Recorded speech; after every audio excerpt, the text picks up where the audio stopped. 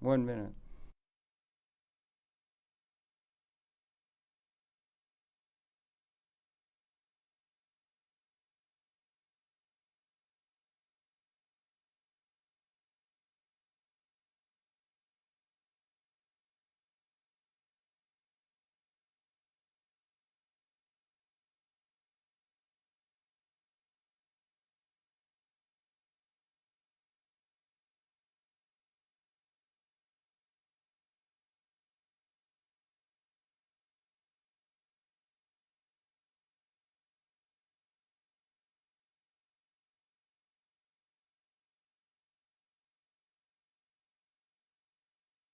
Ten, nine.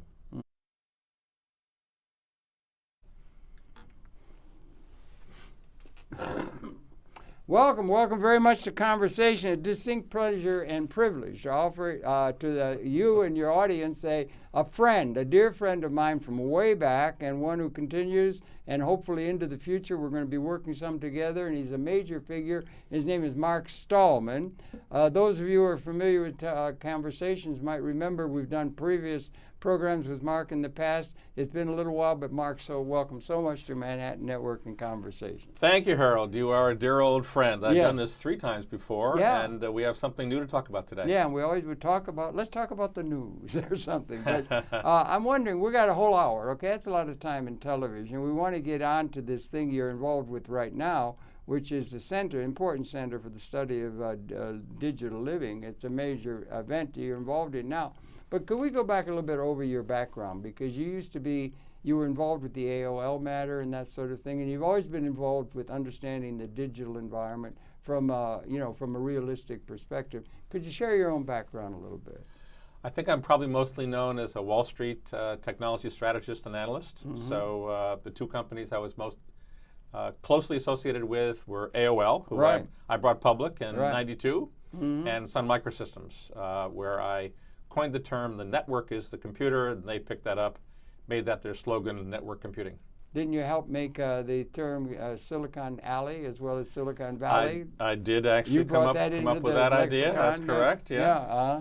And you were involved in that. Was your dad involved with things cybernetic, if I'm not mistaken, or am I off base on that? He came very close to being involved in it. In fact, last week I was at a conference up in Boston for Norbert Wiener. Oh, yeah, Norbert Wiener was huge, Yeah, well, Wiener was my father's mentor, mm-hmm.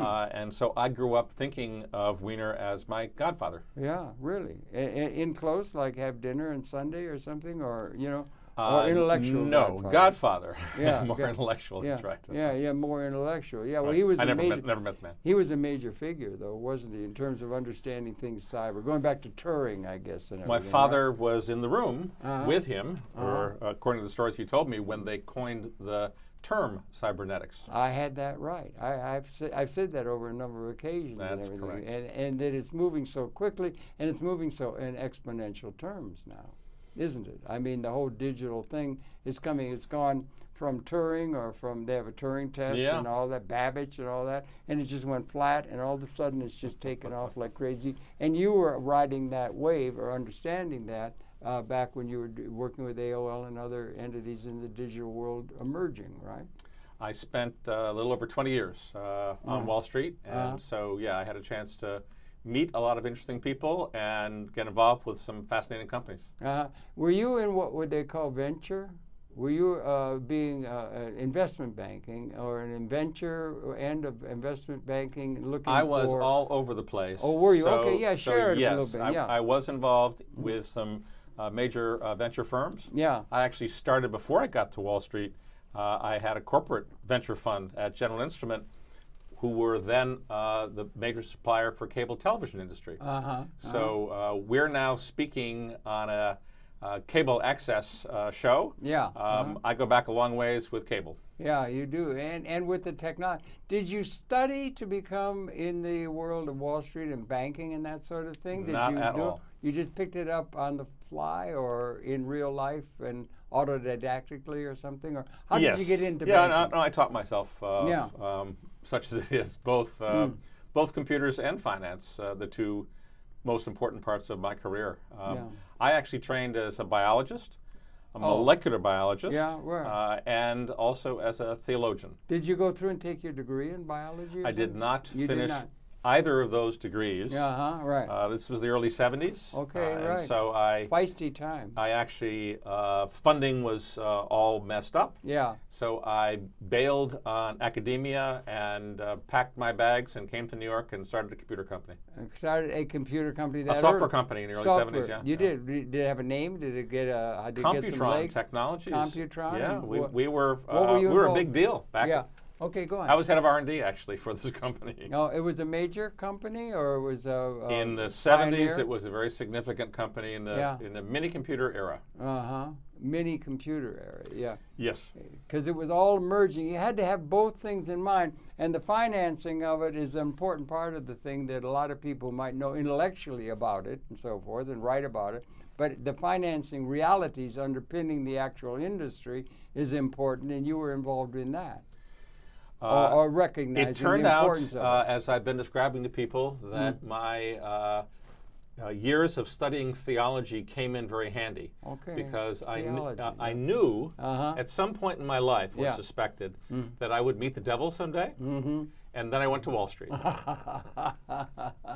I see. You did study. You were actually involved in theology. You like University of Chicago. That's You right. like to Teilhard Chardin or not, or were you involved with him, or the phenomenon of man? Or He actually was dead by the time that No, I meant that I intellectually. came along. But yeah, no, I meant yeah. intellectually. Or so. Who are the?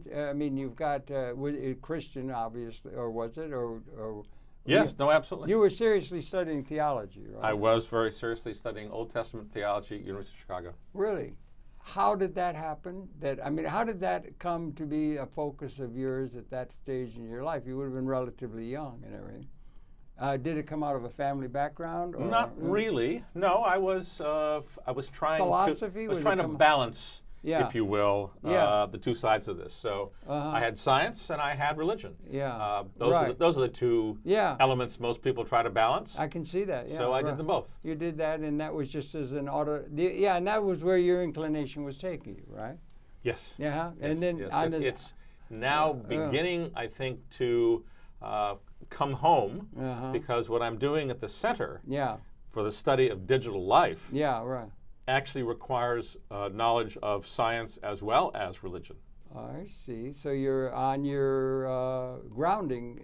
You're well grounded. In My terms parents of were what both you- academics. Okay, that's good. so- Let's talk about your So dad. He was. I didn't want to do that. I knew a lot about how that life operated, and it wasn't the one I wanted. It wasn't academic. Yeah, he was an academic. Your dad. They He both was a were, sci- yeah. No, my And what- father was a historian of ancient mathematics, and my mother actually was a cancer researcher. That's pretty esoteric. Ancient mathematics. Yes, you it know, was. yeah. That was what Norbert Wiener told him to do. Yeah. But all of this is now finally, in my life at least, Yeah. coming together, and I hope I have a chance to apply this at the center. And the religious, the theological training is part of a dialectic with Wall Street. Okay. Right. How you put those two things together, in a sense, now, right? And you understood the digital development. We have always been religious. The family you're talking to? No, all of us. All- None of us can avoid this. This is not something that Oh, we God. can somehow leave out of our lives. Uh-huh. But what we're now going into is a completely new, technologically defined environment. And that when you has say- religious implications. Okay, go on. Yeah, go on. In particular, Yeah. you probably know of the French philosopher Jürgen Habermas. No, I don't. No. Well, Habermas is probably the most famous survivor of the Frankfurt School. I'd be surprised if you haven't interviewed some people from the Frankfurt School over Frankfurt the School, years. I think of Maybe it in Marcuse or okay. or Erich Fromm or Erich something. Fromm was a hero of mine. Yeah, over the years. Well, Yeah.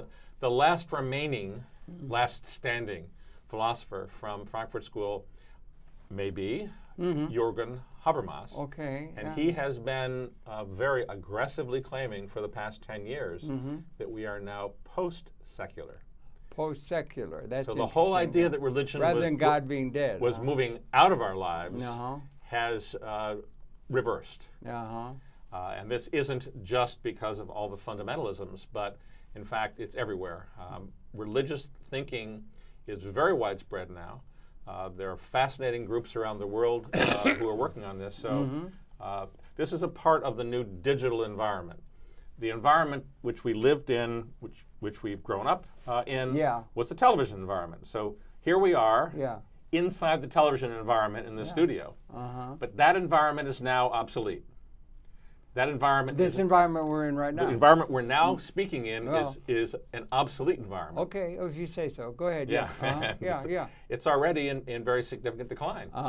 Being replaced, and we're now in a period of overlay between these, but the new environment is the digital environment. That's the one we're going to study at the center. Well, this is... And these environments... go ahead. You know, because you used to visit Marshall McLuhan, and so you're very familiar with this, and I understand you're going to be airing next week a show about Marshall McLuhan by a friend of mine, Paul Levinson. Levinson's very bright, and McLuhan. It'll air just the day before this show airs. So Levinson understands this very well. It turns out that these environments generate in us, without us having to think about it, behaviors and attitudes. And the behaviors and attitudes associated with the television environment are now on the decline. One of the most important of those behaviors is consuming. Okay. People are actually now thinking about what they consume. It's not just because they have less money in their pocket. In fact, for the past 10 years, something like that period that Habermas has talked about in terms of religion, we have changed our behaviors. We are much less interested in simply going out and buying things because we want them. We are much more shifting the balance back towards things that we need. This is one of the reflections of the shift from the television to the digital environment. Another shift is the total decline of globalism. Go on, So if you were wondering I am. It's true. Very why important, things are so mixed up in the Mideast right now, the answer is because globalism has been in steady and sharp decline, and nobody's willing to enforce it anymore. So the posture of the United States and Europe and the rest of the world has been to not step in to enforce those old borders, to enforce those old rules. The international system that television produced for us no longer works.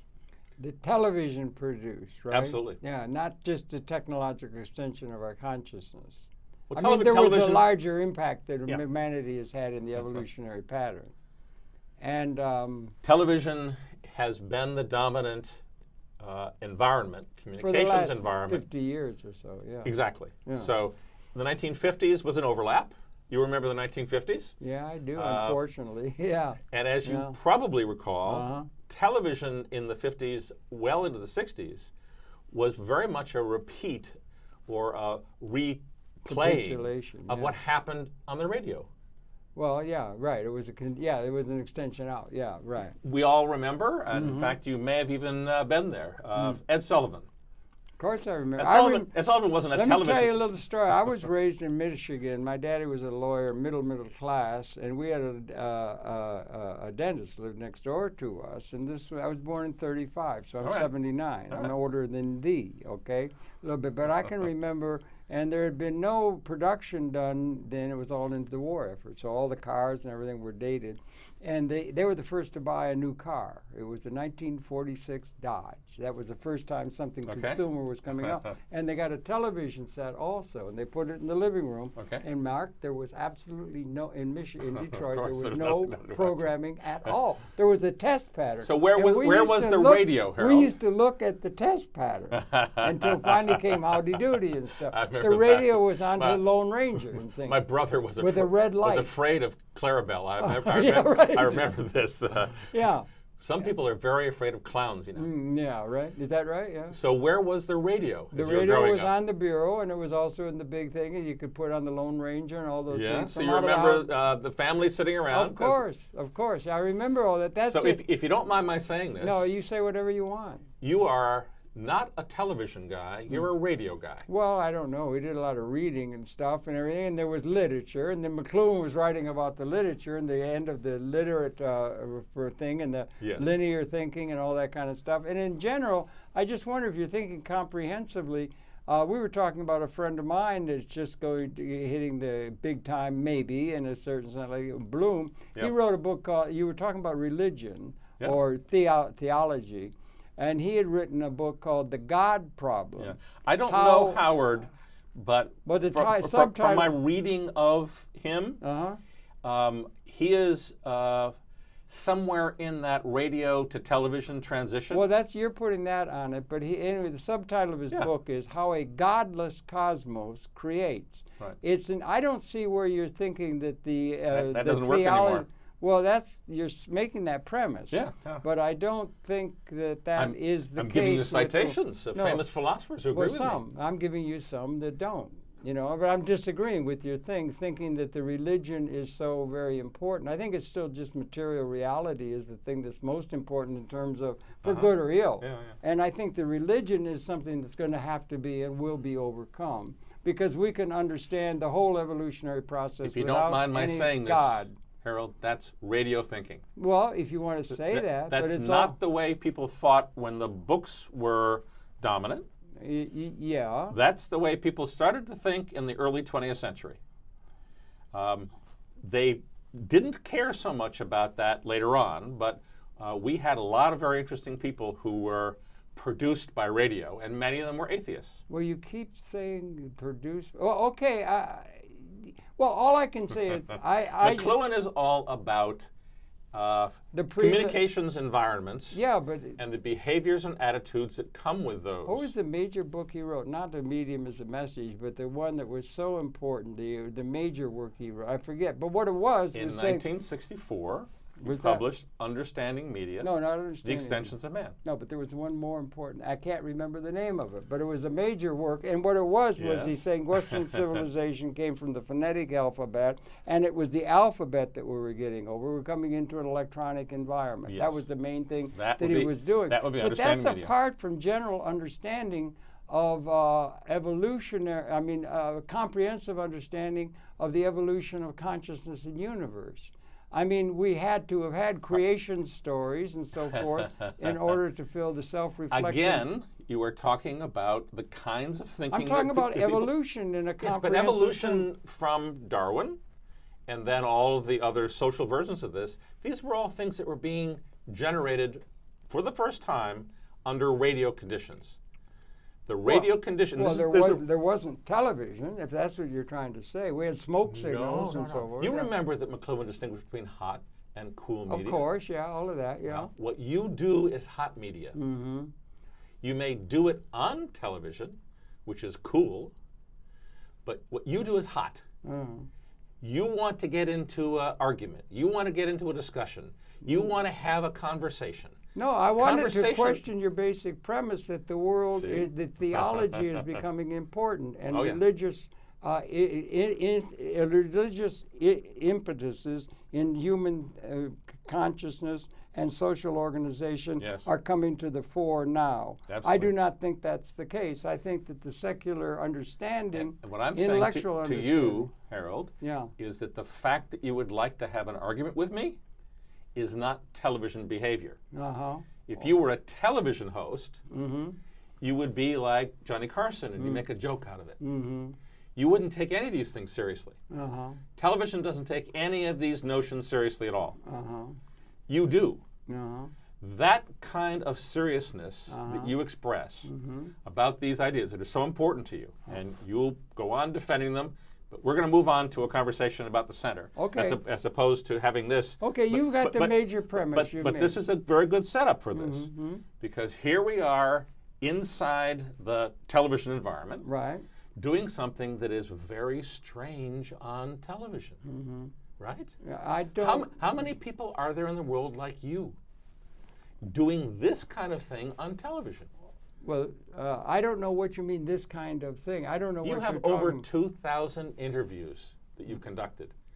Is there anybody else like that? Well, sure, lots of people have done that. I think you know, a lot of people. Well, talking about If you took up Barbara Walters or some other famous interviewer, and you studied how she approaches the topic of interviewing somebody on television. Well, interview, if I may. Completely different than you. With all due respect, we're friends, right? An interview is one thing. A conversation is another. Conversation bespeaks spontaneity. Exactly. And dialogue.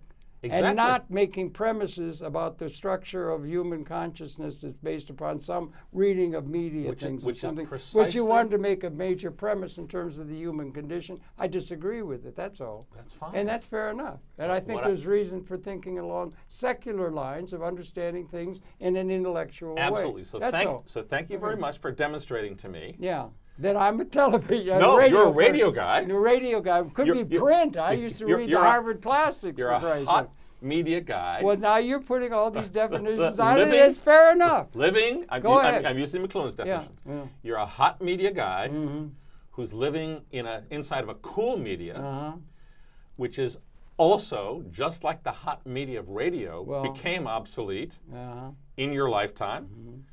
The television media has now become obsolete also. And in favor of the digital life that we ought to be studying. We ought to have a center to study the digital life, the way of digital life. Why don't we start one? Why don't we do that? Maybe we'll put it out in New Jersey. Talk about it then. Let's talk about it, get on to it.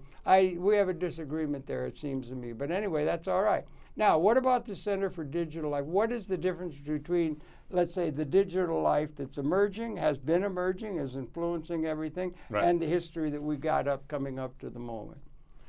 What does it portend? The way that environments function, operate on us, is they produce behaviors and attitudes in us as consequences of those environments. Okay, well, so all right. Just as your inclination to want to have a dialogue, conversation, and argue with me about things is a behavioral result of the radio medium. The kinds of things that the television medium produced in us include things like consumption, include things like globalism, include things like terrorism. There'd be no terrorism without television as a medium. But all of this is now in decline, being replaced. What was that happened in 1789 France? What was that happened in 1789 That France? was a... I mean, what was that? There was no television. There was no radio. Leaflets. Printed leaflets. But Absolutely. how does that fit into some sort of a thing where there's a big definitional difference going on with the digital? Earlier environment, which is very hard for us to comprehend. This is why historians have such a difficult time. Well, there's a lot of it. Because there's a lot of history. A lot of history, No, but they're living in one environment. They're the one of their times.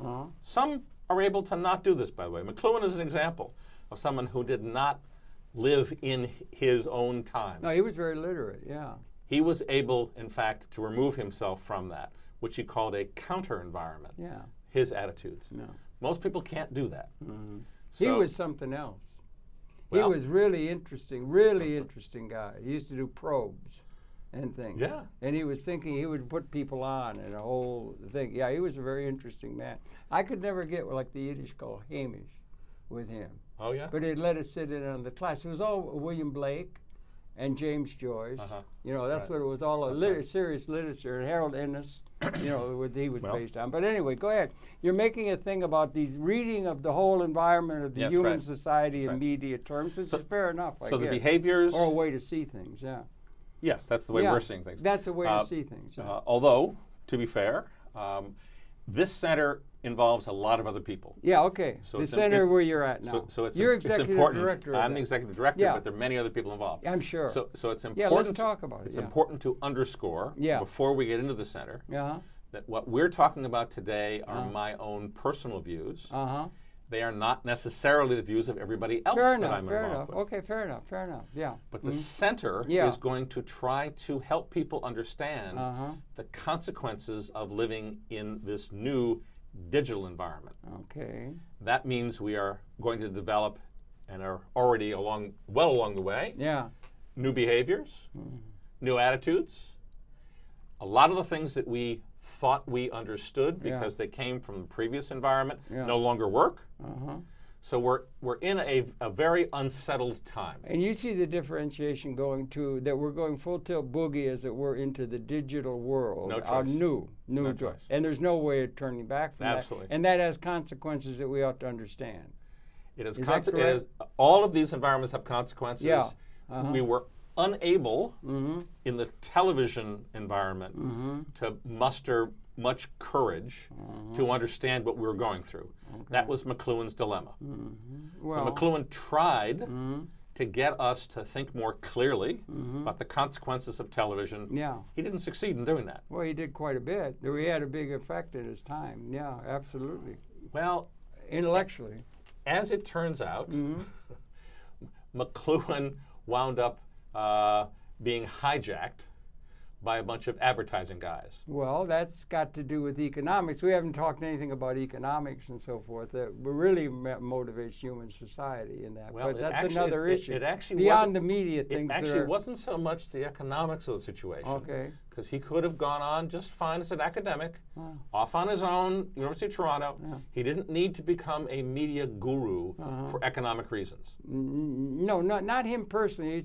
I'm talking about the evolution of society. There are other things other than the media, the digital environment, that is motivating human behavior and thought. The environment that McLuhan was in, the television environment, was one in which he tried to get people to see the invisible environment in which they lived. Right. That's right. And the feedback from that. And most people found that very difficult to do. Yeah, right. One of the characteristics and consequences of the digital environment is that we are now finding this conversation much easier to do. This conversation being, again, understand the environment in which you live. Okay, that's right. Understand the environment in which you live. You're talking now in media terms. You're phrasing it in media terms, but you're actually talking about a larger comprehensive context of the evolutionary process of which we're a part, and it's part of the nature's pattern in the universe, right? I mean, that gets founded on what distinguishes humans from everything else we find in the universe, and we are quite distinct, is this capability to communicate. Well, with all due respect, you have a self-reflective consciousness, for one thing, that's pretty unique. Yes, we and do. You also have ever since the environment of literacy came along. And we know now it's not. It used to be we thought they came out of mill ponds or something like that. We now know that it was about 200,000 years ago that our species evolved out of Homo erectus. Right? We're not going to put science on its head or intellectual understanding of reality because of some media mix. We have the ability to extend our consciousness and make the environment other than in an Eden-like sense in a unique degree. Beavers make dams and so forth. We can affect the environment. You're changing the story back to what you want to argue for. Well, I'm changing it. You're being a radio guy. No. I'm asking you to sit back and not be a radio guy. Oh, okay, sit back and arguing for your different view. Your point of view on things. Not in my point of view. It's a point. It's an understanding. You're not just trying to understand media, are you? Are you just trying to understand the effects of radio or Mad Men or something? Or are you trying to understand what's it all about, Alfie? Are you looking at the larger issues? That's what I'm asking. What I just said is that what distinguishes humans from everything else we have ever run into in the universe is that we spend almost all of our time communicating socially. And that social communications technology is the most important to define the environment in which we live. We are biologically, so I'm a biologist to begin with. Yeah. So you're exactly correct. You or I could mate with 100,000 year ago human and produce viable biological human offspring. So in genetics terms, this is called the phenotype. Yeah, and the genotype. The phenotype and genotype, The genotype is the genetics. Right. The phenotype is the expression of genetics. genetics. Yes, we understand. This is genetics. We understand that. This is extremely stable, does not change. Well, it does change. You do have punctuated equilibrium. New things could emerge. We emerged out of Homo erectus. Yes, but No? Isn't that true? There haven't been punctuated equilibriums for humans. What do you mean? We didn't emerge out of a punctuated equilibrium This from Homo erectus to a species, new... Homo sapien? We may be coming to the end of the Homo sapien experience in universe. Why? Well, I mean, I could go to reasons for that beyond your thinking everything's television, radio, and all this. You're making this premise. Yes. But it's a very narrow kind of way of seeing things. No. It's a totality. It doesn't have anything to do with the universe, anything to do with string theory, anything to do with physics, or the nature of the universe, or human understanding, or human events to affect the environment. Harold, all of those Except things, you want it to be narrowed down to one little thought, like the media mix or something. It's one little thing. You want to do that, you can do it. You can narrow it down to Presbyterian theology if you want, anything, you know. So that would be just that is not the totality in my view. I'm terribly sorry. You're talking about something that's very narrow in your thinking. Why? Because I'm dealing with humanity. You're dealing and with your human view life. of it. You're dealing. No, you're not. Yes, I am. Well, it doesn't seem to me like you are. You're just leaving out all the other parts that don't relate to the recent kind of different change in media mix of outer environment. String theory is just that. Right. A theory that humans have come up with. Yeah, right. It's not the universe. No, it is part of the universe. No, is it it not? is a theory that humans have come up with. Well, it all of the your universe. thinking about digital this and that is theory, and that's fair enough. That's Absolutely. fair enough. Okay, lay it out. Go ahead. Absolutely. Go ahead. I just think it's narrow. I'm a human. Yeah. You're a human. Yeah, that's right. What we're doing right now is communicating. You're trying to get beyond a narrow view of things. We're using a series of technologies to do this. Mm-hmm. We're using English language. Yeah. We're using television. Yeah. We're using a mentality that grew up in the radio era. We're dealing with now other. Thank you for labeling my way of seeing things. I think it's beyond that, but that's okay. You want to do I will it. guarantee you that you will not find other humans behaving the way that you're behaving outside of that time frame. Okay, that's interesting. Maybe that's true. Go ahead. I'm sorry. I should just let you talk. The way that you lay your thing out for the center. The way you approach things right. is not the way that Descartes would approach things. Well, perhaps not. Yeah. It's not the way that Aquinas would approach things. No, okay. No, I would think not. And it is not the way that Johnny Carson approached things. Not at all. He was really good and very casual and very cool. He was cool. Cool. Yeah, that was cool. He talked about cool cool. medium. Yeah, it's cool. Yeah, because there has to be fill-in and all that. Marshall McLuhan wrote well on that. Yeah. Right. But and so, what's the implication? What's the implication of the digital? As you're making it such what a are big the consequences of the digital environment? Yeah. What does it mean? Let me give you a couple. What does it mean and that sort of thing? Well, let me give you a couple of headline consequences. Okay. How about a world in which nobody has to work? That I'm all for. I think that's coming. I know, but the fact that you're for it again means that you're lining up and arguing and so forth. I'm not talking about being for it or against it. Okay. I'm just talking about it being a consequence of a new environment. Yeah, well, that would be something that I agree with, yeah. In fact, I think that's coming to be. I think that's something that's coming, and it's very devastating to the outdated institutions we live in. All of the reified institutions. It's devastated to most people. Well, yeah, and it's going to affect their identity. It'll affect their identity. Grew up with a completely different expectation. Understanding, just like Galileo said, we're not the center of the all second, that. Yeah. Second consequence of the digital environment, which is not true of any of these previous environments. Well, I agree with you that there's no precedent for where we are now. This is a unique moment in evolutionary terms. Mr. Isaac Asimov said the same. This is the defining generation. In what terms is what I get at. Another consequence of living in the digital environment is you don't have to remember anything anymore. Okay. Not that most of us have yet gotten to that point, but we all recognize in principle that we're living in a world where effectively everything is being recorded. Okay, yeah. So security, National Security Agency, yeah. The way that appears that can make sense in to the me, headlines evolutionarily, is NSA. Yeah.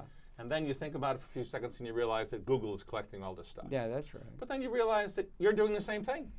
Right, and evolution does it too. You can see it in evolutionary terms, in terms of the way you got, you got tensegrity, you got tensional integrity and and you got a thing that's combined, male, female. You can get all kinds of dialectics can build into the whole evolutionary process, which is experienced in this modern way. But yeah, okay.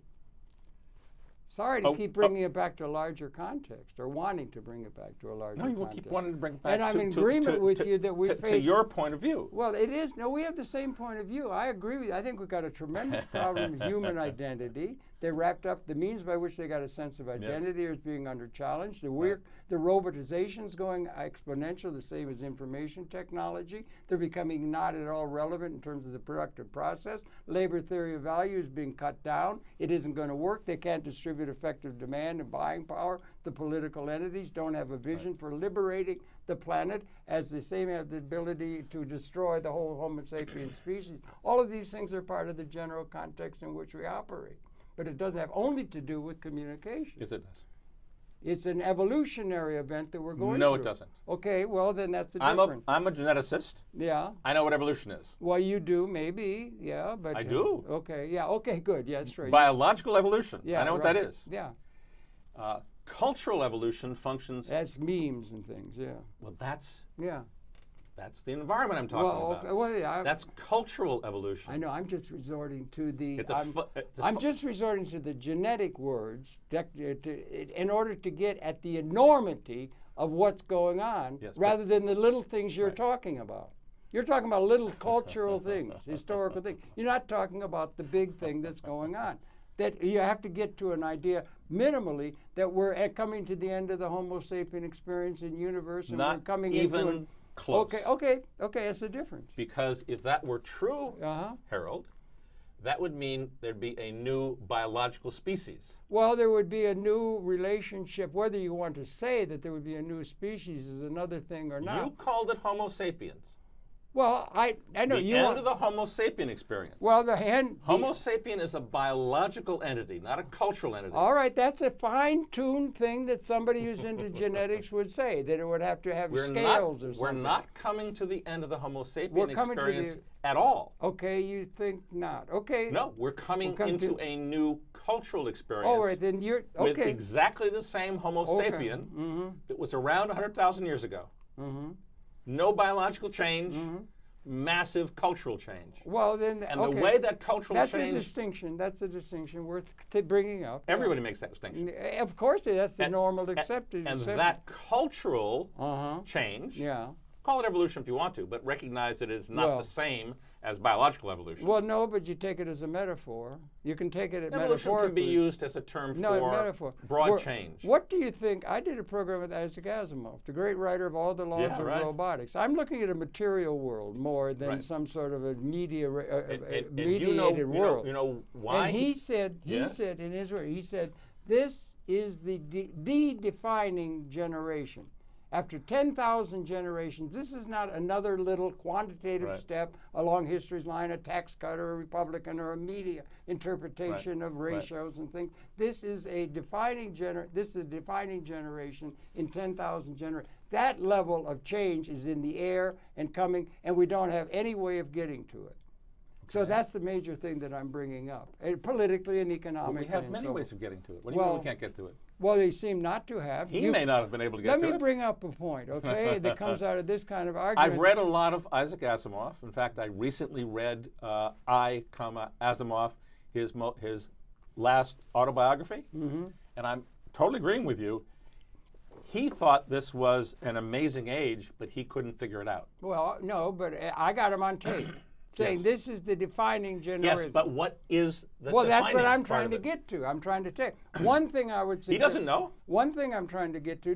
Let's agree with something if we can, okay, in evolution. Good. One of the unique things about human consciousness is we can extend our consciousness and make the world different in an Eden-like sense. We can also understand realpolitik. We can understand that the political orders after Neolithic was one where you set up empires, and the main reason political or established legitimacy was whoever had the biggest club could hit the other on the head and conquer. Are you familiar with the phrase, we shape our tools? And after our tools ape us. Yes. A Okay. plus, yeah. That's Shape- Joyce, isn't it? Shape Us. Yeah. No, that's John Culkin. Well, it's John Culkin. John Culkin was at. John he Culkin was is the at, one. Fordham who invited McLuhan. Exactly. He's the and one. Alan, and did you know Paul Ryan? Paul Ryan did was know his Paul, yes. X-Men. Paul was my dear friend. He just passed. I'm really sorry. I know. And he was the one who got me the use of the second or third or fourth Portapac came off the boat from Japan. Right. Because he was reading all this stuff. Right. But anyway, you get to the point, and do you understand or do you believe the modeling? It's modeling that finally, after having a thing where the Harold. Okay. Enough. Okay. Okay. Yeah. Okay. Okay. Is this a conversation or is this Well, a conversation is two-way, not one. You're making a premise about everything to be understood by media things and all this kind of Yes, stuff, I am. and I'm taking exception to that. That's all. Well, that there are larger contexts in which It doesn't can make all it a be conversation, Harold. Well, it does. We That want makes it all to be a conversation. That makes one it way. hot media. Oh, well, you're right. You're right. that I makes should it- cool off. I should cool off. You might want to do that. Yeah, I will. I will. Go ahead. Talk about your digital center. Yeah, and what you're doing. Okay. The problems that Asimov had are the problems that everybody else had in his environment. They couldn't see what was happening to them. One of the most Fish swims fundamental in the characteristics water. of the digital environment Uh-huh. is that people are far more likely, inclined, and interested to understand that environment in which they live. A part of the reason for this, It's more immediate, maybe. Huh? well, it's partly because, no, it's always immediate. Life's always immediate. All It's right, partly yeah. because we're going through this transition. The transition. Okay, yeah. We're going from the television world Okay. to the digital world. Yeah, that is happening. And they are so radically different from each other Okay. that the juxtaposition of these two Yeah. immediately raises anxieties. It also raises other kinds of behaviors. And Okay. among those behaviors are an effort to try to understand what is going on. Yeah. So McLuhan's We drive into the future with our eye fixed firmly on the rearview mirror. the rearview mirror metaphor is Yeah. one of many of those Yeah. that were taken by the advertising guys Yeah, right, right. and extracted from McLuhan's work Yeah. against his will Yeah. Okay. Interesting. and setting him up as this media guru Yeah. so that he could fall, Yeah. which is exactly what happened. Yeah. So Marshall McLuhan's career as a thoughtful guy hit a wall when he's off doing Playboy interviews and having a marvelous conversation, by the way. Yeah, with? I'm reminded of the Norman Mailer Yeah. discussion between McLuhan and I don't Mailer. remember it. Oh, you have Is to look it on it. You have to tape? look it Is up. it on tape? Oh, it's on YouTube. Yeah. You got to go look that up. Oh, I will. That was yeah. fantastic. Yeah. All right. Right. Norman Mailer was a radio guy, Yeah. pugilist. Yeah. Yeah. And he just couldn't stand it. And McLuhan got him so worked up. Oh, he did. He would love to get probes and just mush people up. Consternate the Right. consternation was his way. Yeah. Right. So the consequences of digital technology, communications technology, and the environment that it has brought us into Yeah. are so radically different. What's the difference, do you think? Can you spell it out? Yeah, I just gave you two principal consequences. Yeah. Everybody knows they don't have to work. That's Well, never wait- happened before. What do you mean? Okay. Okay, go on. Everybody knows I don't think anybody. they don't have to remember things. Well, wait. Those are two biggies. But what makes you think people don't think they have to work? What makes you Everybody recognizes they that the don't robots are replacing them Uh-huh. and that their children are unlikely, if they even have a full-time job. Do you know what percentage of the U.S. population today, U.S. working population, I'm happy to hear that. What's that guy who wrote what the is the book? percentage of the U.S. working population that does not have a full-time job? I don't know what it is. 55%. Well, that's U.S. and it's the world, and everybody would know that. I don't know that So everybody people knows have it. already gotten to the point where they recognize that they're patching things together, and the idea of a career. Remember, McLuhan went very hard on this topic. Yeah. There will be no more jobs, we'll just have roles. Well, that's true. That's true, yeah. Well, it wasn't true when he wrote that book. He was projecting, yeah. So take Today, Executive is Dropout, Yeah. where that whole thing is discussed, Right. co-authored with Barry Nevitt, Yeah. is published in 1972. Right as everything. 1972, that didn't make much sense. But it did to a lot of people who could see what was coming. Today, Yeah.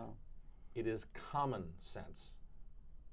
Well, Everyone recognizes that the expectation you're going to have a full-time job is not for yourself, for your children, certainly not for your grandchildren, a reasonable expectation. well, that's fair enough. Not going to happen. That's fair enough, but it isn't ever mentioned in, let's say, political circles or intellectual leadership circles.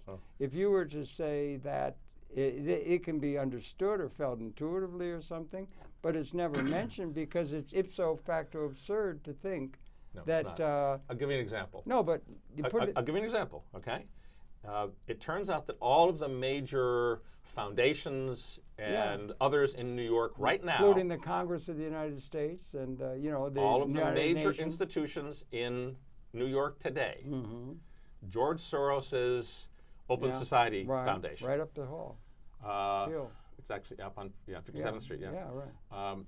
The Roosevelt Foundation, United Nations forums. Ford Fund, every institution. For that All of matter. these institutions Yeah. are now sponsoring studies on the end of work. Well, that's very unusual. I don't see that. I'm glad they're doing it, but They're I doing think it. they're a little bit over it. That they haven't come up with anything. I promise you they're doing it. Okay, well then that would be something that is. And if they are doing it, Uh-huh. institutions, and you know how these institutions function, Yeah. these are not to leading. reify the outdated institutions by and They- large, they- or they have to reify the outdated thinking. These are not the leading edge thinkers. No, but These are rear guard. those ones that you talked about are, and I'm amazed to find it because you can't find anything in the news or anything ever bringing up with that. All you can find about, we got to create jobs. the news. Every piece of news you see That's- on the news, in television or that's anywhere. television. Yeah, but anywhere you see, or the New York Times or anywhere, you got to get jobs. Thank you for making my Got to point. get jobs to Thank you. to distribute the income, and you're Thank saying you for that making my point. everybody understands that. If you pay attention to the television environment, you're being No. told. Oh yes. No, it's not just the television. I'm environment. sorry. It is just a television Well, okay, environment. the New York You're Times. And Totally the- television environment. New York Times is television. Completely. Okay. Yeah. Completely. The Uh-huh. New York Times today is utterly dominated by a television Well, sensibility. the television would be the reigning means by which the institutional structures are being reified out Yes. of history. But That's it's- right. But that's already 20 years out of date. Mm-hmm. So you have these old institutions, just as you're describing it, who keep asserting something which makes no sense to anybody Right, anymore. but that's what you hear. You don't. You could go to certain. I'm glad to hear there's all these things going on that are dealing with that. Yes. An equally significant one is we have gotten to a point where we could transcend as a collective capability scarcity, material scarcity at an ontologic level for all of humanity and the ecology. We've crossed that line in terms of capability, Yes. but we still have all the outdated institutions coming out of history. That's never mentioned. It's ipso facto absurd. Thank you. And is assumed to be by the establishment. Thank you. So That's all I'm saying. The way that people experience their lives Mm-hmm. is in the context of the environment in which they actually live. Uh-huh. Nobody lives in that television environment anymore. Well, the television environment is the one that is understanding That's all the these one that's, needs that's, to do that's away telling with you work. that everybody needs to go get a job so they can buy stuff they That's what they don't okay. need. No, that there's not going I'm to sorry. be How does television function as a business? advertising. Yes, and that advertising to sell cornflakes rather than Wheaties. And that's what that's what the if you it know, was just cornflakes and Wheaties Well. and people needed to eat cereal, or war or peace. that or wouldn't whatever. work. Yes, Yeah. right. So that whole process of having to get you to consume a Yeah. political candidate, Right. to consume trying to build up a particular, demand. right? It doesn't work anymore. Well, it won't. Yeah. No, but everybody has moved on. No. We don't live in that world anymore. Back when, this was something that was demonstrated for the first time, because I don't have a subscription to this, but it turns out that probably the most astute, and I'm sure when I mention this name, you'll go, oh, I know him. I interviewed him.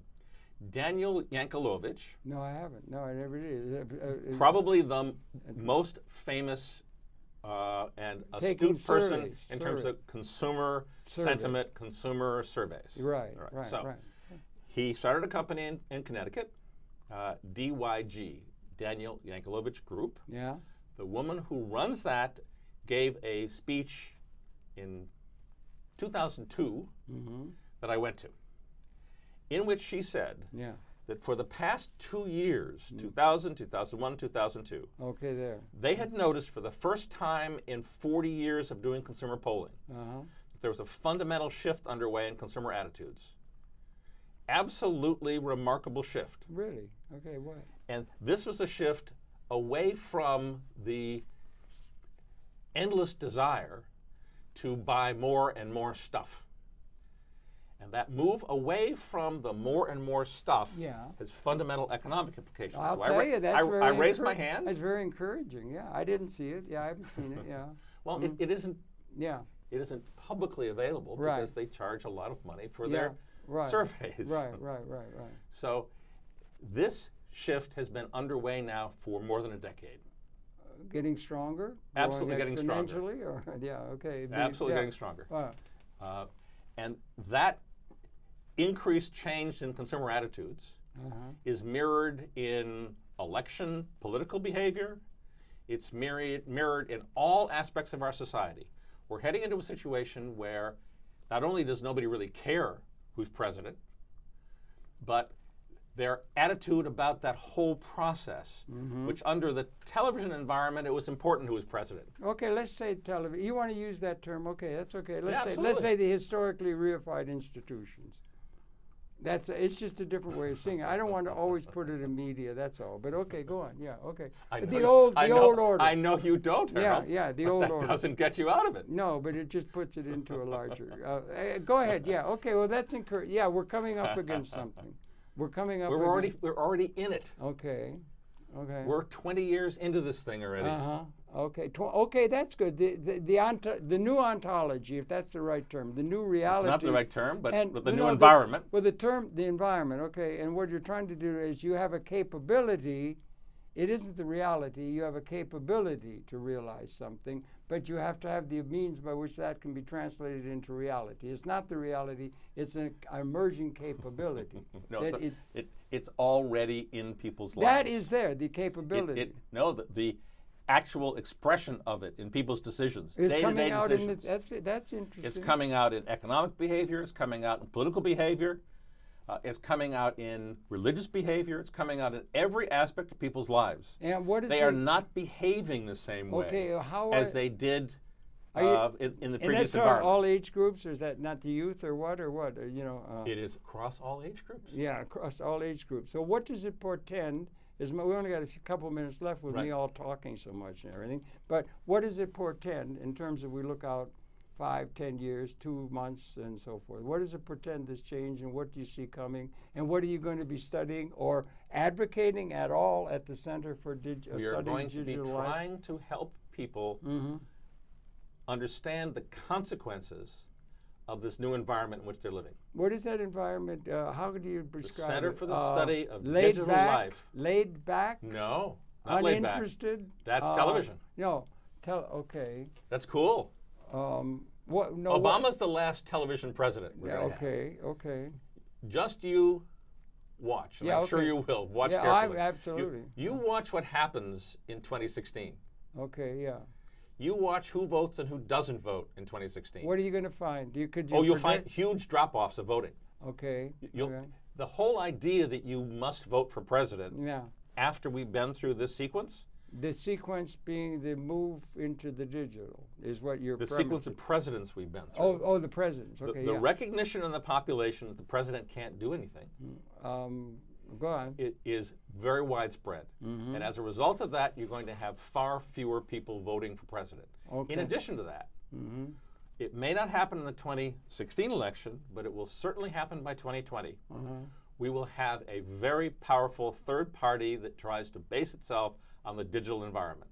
And that tries to move away from television. I'll give you an example. Okay. It turns out that the last public election, which was almost 3 years ago in Italy, to everyone in the television environment's world, Berlusconi and company, a new political party called the Five Star Movement wound up getting 23% of the House of Representatives. Wow. In one election, one fell swoop? In one fell swoop. Yeah.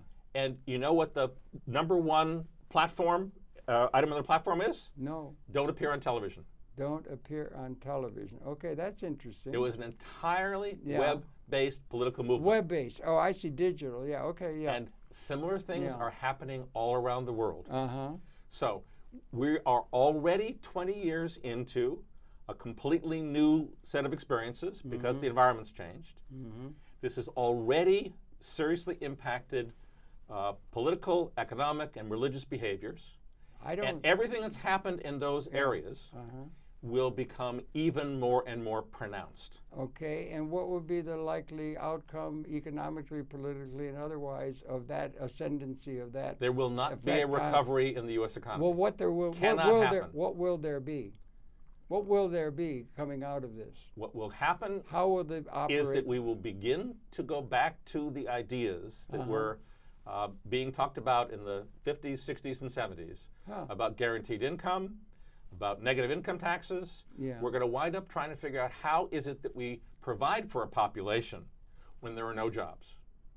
Well, that's a question I was trying to get to a large time before, and we don't have an economic theory that can deal with it. It's called ipso facto absurd to think of anything other. And the only thing you see, and you got these things you cite, and I'm happy to hear that. I'd like a chapter and verse and look it up. That's good. But the only thing you hear, the only thing that matters in the world, the way it's organized and reified, the institutions, is money. That's the only thing that matters. Everything else is trumped by money, by the way the world is organized now and is reified. And then that buys elections and all the rest of it. It buys television time. Well, all right, it does. Yeah, that's buying an election. Yes, but that's what is now obsolete. Let me ask you something quick. We're past that already. Let me ask you something. Are you optimistic, pessimistic for the human prospect? Absolutely apocalyptic. No, apocalyptic is not very encouraging. Apocalyptic means Could I ask you something else? Revelation. Could I ask you something else then? I don't want to get some, being up in the sky with some. That, by the way, was McLuhan's answer to the same question. Okay. Anyway, do you think that the outering of the means of consciousness into the environment and making the world other, which has been led to the way in which realpolitik has come to be the main function that workers on. Are you talking about Carl Jung, or are we talking about? No, I'm talking about something. If you let me finish the sentence, okay. Is that they've got the things that is made for political legitimacy is weapons power to enforce it, and then PR to back it up. Okay. If the weapons become yet species lethal, do you think the weapons in the Trident submarine alone, the weapons that we have, the capability that we have, Harold, is capable of wiping out the entire Homo sapiens species? Do you think that's true? Don't tell me it's television talk. Do you think it That was radio talk. No, why is that radio? That's when the bomb was invented. I'm not talking about radio talk. I'm talking about the reality. I'm telling you the reality. They're called Tyrant submarines. We've got weapons. If they were to be unleashed, I'm asking about a capability. You're back to the radio world. Well, that isn't a radio. Of course it is. That's when the bomb was invented. What has that got to do with radio? The bomb was invented under the conditions of the radio. Do you think the weapons are species lethal for the Homo sapien where they never were before about 1970? Do you think that's a new reality at the level of capability? Do you think it's true or not? That's what I'm asking you, without some metaphor about media. Do you think it's possible that if the weapons are unleashed in a spasm of hatred, it's the end of the Homo sapiens species? I don't think that's our biggest problem. You don't think it's the biggest problem? No, I don't. No, okay. I do not. Okay. Do you think it's true? Of course, it's been true for a long time.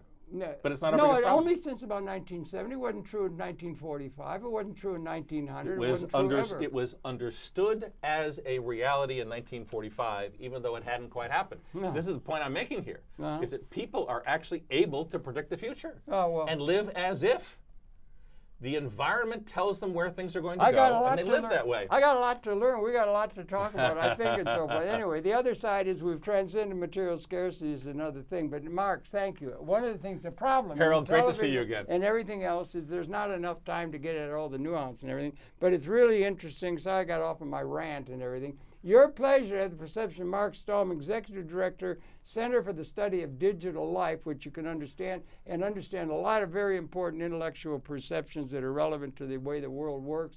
All the best of luck, and thank you very much for coming. I'm very glad to be on your radio show. It's fantastic. Tune in tomorrow for Phil Harris. He follows Jack Benny. There you go. Thanks for viewing. See you next week. See you.